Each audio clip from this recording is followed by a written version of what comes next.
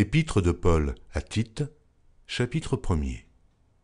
Paul, serviteur de Dieu et apôtre de Jésus-Christ pour la foi des élus de Dieu et la connaissance de la vérité qui est selon la piété, lesquels reposent sur l'espérance de la vie éternelle, promise dès les plus anciens temps par le Dieu qui ne ment point, et qui a manifesté sa parole en son temps, par la prédication qui m'a été confiée d'après l'ordre de Dieu notre Sauveur.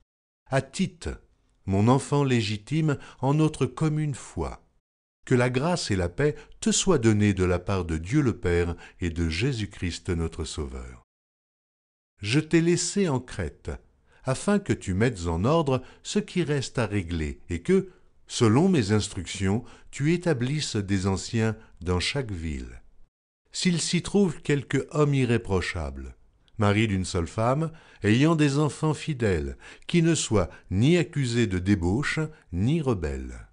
Car il faut que l'évêque soit irréprochable, comme économe de Dieu, qu'il ne soit ni arrogant, ni colère, ni abonné au vin, ni violent, ni porté à un gain déshonnête, mais qu'il soit hospitalier, ami des gens de bien, modéré, juste, saint, tempérant, attaché à la vraie parole, telle qu'elle a été enseignée, afin d'être capable d'exhorter selon la saine doctrine et de réfuter les contradicteurs.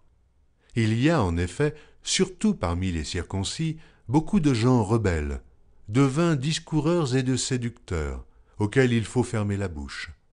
Ils bouleversent des familles entières, enseignant pour un gain honteux ce qu'on ne doit pas enseigner.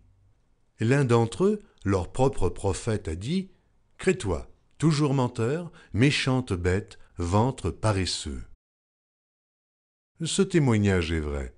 C'est pourquoi reprends-les sévèrement, afin qu'ils aient une foi saine, et qu'ils ne s'attachent pas à des fables judaïques et à des commandements d'hommes qui se détournent de la vérité. Tout est pur pour ceux qui sont purs, mais rien n'est pur pour ceux qui sont souillés et incrédules. Leur intelligence et leur conscience sont souillées. Ils font profession de connaître Dieu, mais ils le renient par leurs œuvres, étant abominables, rebelles et incapables d'aucune bonne œuvre.